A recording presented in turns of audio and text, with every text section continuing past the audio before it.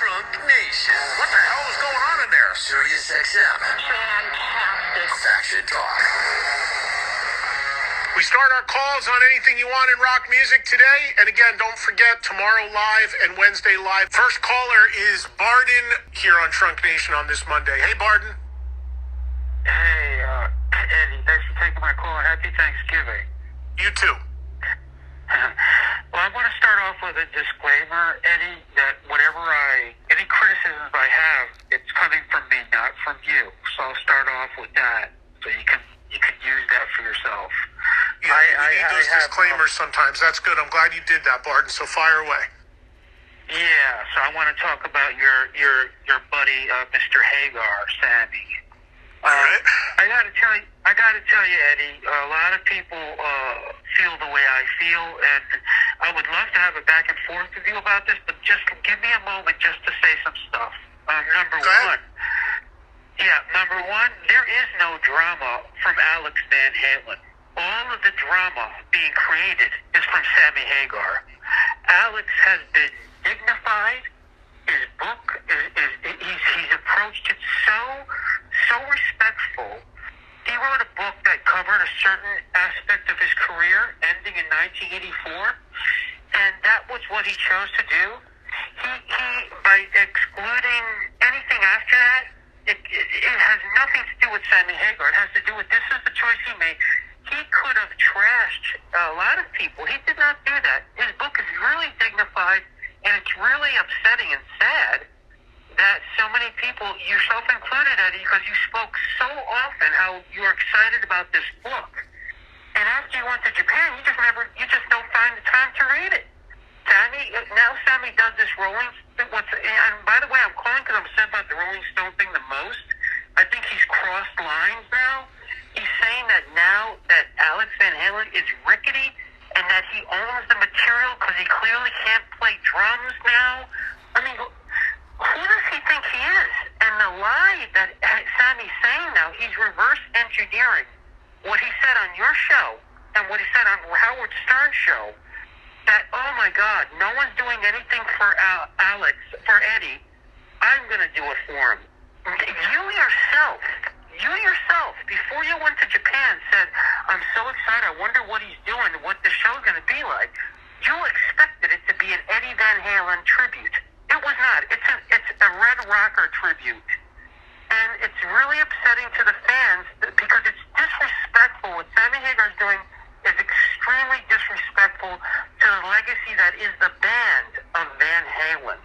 Let me stop you, Barden. Barden, I'm letting you talk. No, I'll let you talk. I'm just curious, though. I want to jump in there. Yeah. Why is what he's doing with two of the guys that made that music, him and Michael, why is it disrespectful? It was disrespectful because it was instigated. The whole reason he did it, according to him, was it was a tribute to Eddie Van Halen. For him to go turn around and make it a tribute to himself is disrespectful because he said he was doing it for Eddie Van Halen. You yourself was looking forward to it because of that. Eddie, he literally made the logo Van Hagar. It looks like Van Halen. That's the logo. You see it in his show. And this thing about no one understands what the beef is, Eddie Trunk, there is, Alex is not trashing him. What's the beef? The beef is Sammy can't get enough attention. He sounds like a wife that's scorned. He won't stop leaving Alex alone. Leave it alone. Do your show. Alex even said, if you want to do it, go ahead and do it. I have no problem with it. Alex said that. Why did Barden, don't you think he's irritated that they're doing it? You're saying he said to go ahead and do it. Don't you think he's irritated that they're doing it? And let me throw this out at you. Don't you? Where do you think Joe Satriani lands in all this? Because remember, when Alex was going to do something, Joe Satriani was going to be the guitar player. We know that for a fact. He went to Sammy. So what do you think about? How do you think Alex frames that? I'll answer both of those things for you really easily. Do I think that Alex is irked? You know what? It's not my position or anyone's position, especially Sammy Hagar's, to wonder what Alex is thinking. We need to be respectful. He's not voicing it.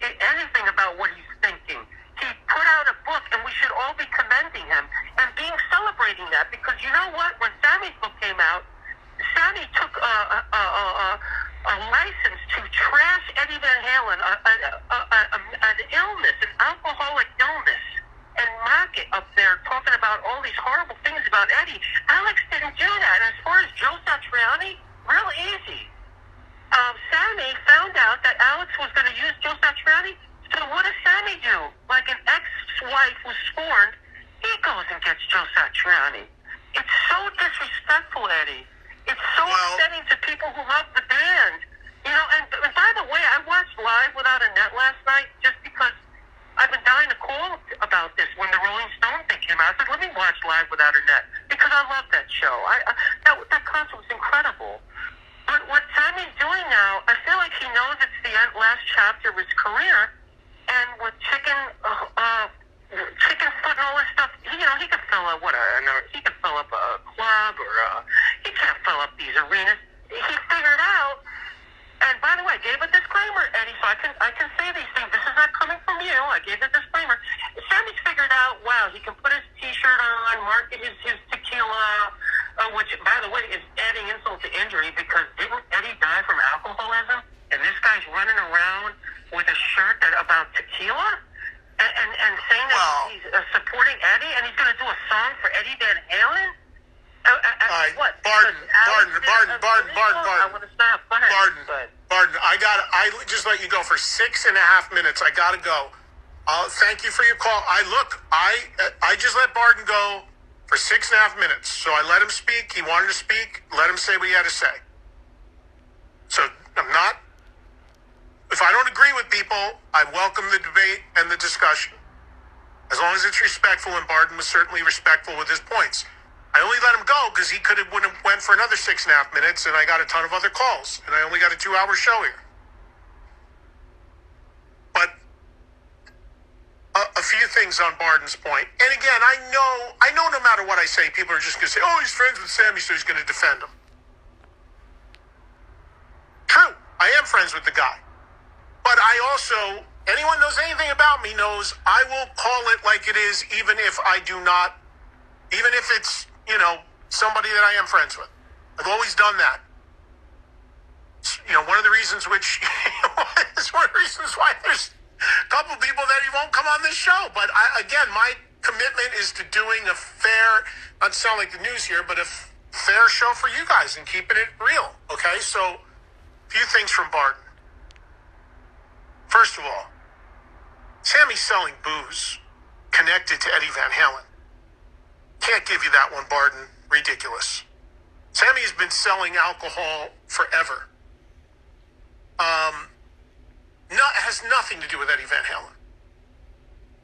That's a stretch right there. Metallica sells whiskey, and James Hetfield's an alcoholic. Come on. And this is like 5 times more removed. So I can't give you that one. Sammy using Satriani as a dig to Alex, also ridiculous. Satriani and Sammy have a relationship. Satriani was in Chickenfoot.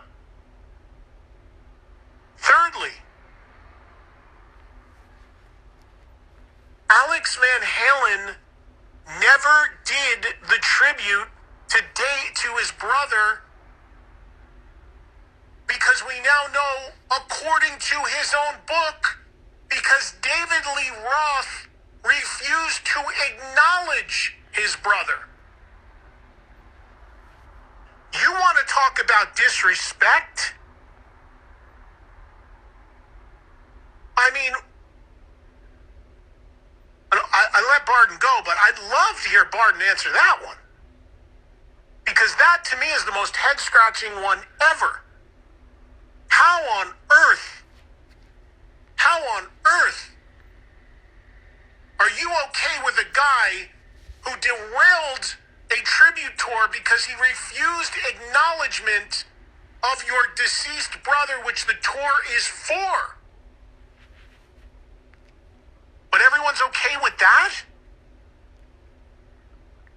Including Alex? That's mind-boggling. Can someone answer that one for me? Why is that overlooked? And by the way, The reason why Joe went and did it with Sammy is because Alex couldn't get it together because Roth derailed it, and for whatever reason, Alex didn't do it. I said all along why that was going on. Why doesn't Alex just go rent the Forum, get any singers you want? It's not about the singer. It's about Edward Van Halen. It's about guitar playing. That's what the tribute's for. I don't care if the singer's Sammy, Roth, Sharon, all of them, none of them. A tribute to Edward Van Halen is not about the singer.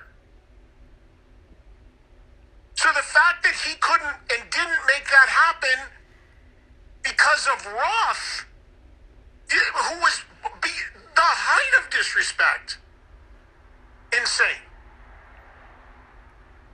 So again, I'm just presenting counterpoints here.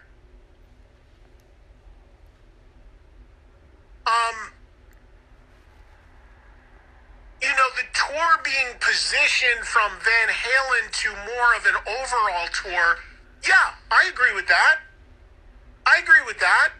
But if you go back and you listen to that interview that I did, there were 2 interviews done by Sammy, Satriani, Jason Bonham, and Michael Anthony to launch that whole announcement. Stern and my show, back to back from LA. If you go back and you listen to the interview I did with him, he says in the interview, yeah, I'm going to do a couple songs from my solo. I might do a Chicken Foot. I might do a Zeppelin. Well, that's what it is. It's still 90% Van Halen. The bit about the logo, okay, I can see that being a fair point. It's a takeoff on a Van Halen logo. I can see that. Agreed there. But the last thing is, him saying in this Rolling Stone interview that Alex was rickety or whatever, again, you can find outrage or dissing or whatever in almost anything if you really want to find it. But, Alex is walking with a cane.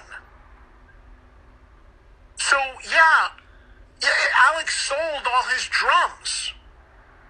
So, yeah, the likelihood of him playing with anyone is obviously remote.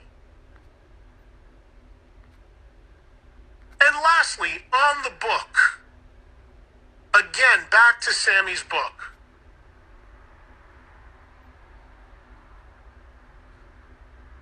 I've talked about this before a million times.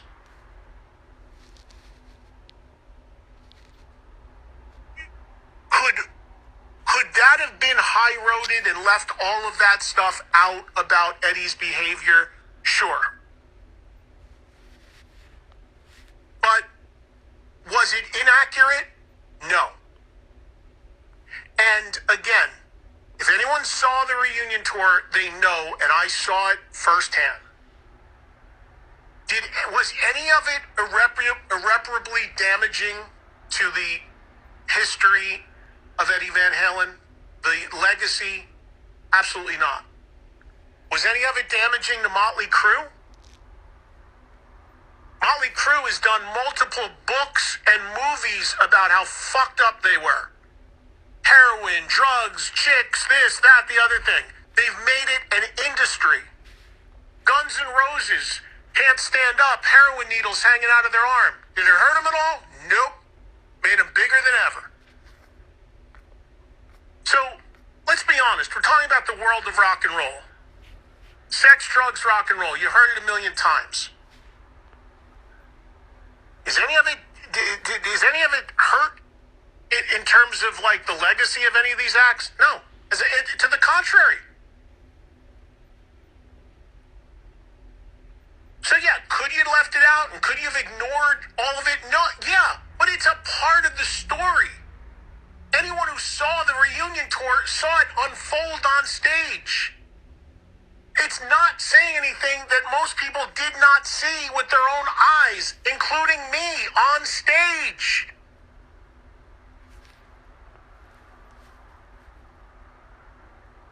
So I see all points to this. I really do. The one thing with Barton's call that I will agree with as well, because I agree with some of what he said, is the part about Alex Van Halen not disrespecting anybody, just ignoring someone. Well, so I understand that. And again, to Barton's point, I have not yet read the book. Not for any reason, except I just haven't had the time. And I plan to maybe get the audiobook, and assuming I feel okay, I plan to fly. I'm in Tulsa this weekend.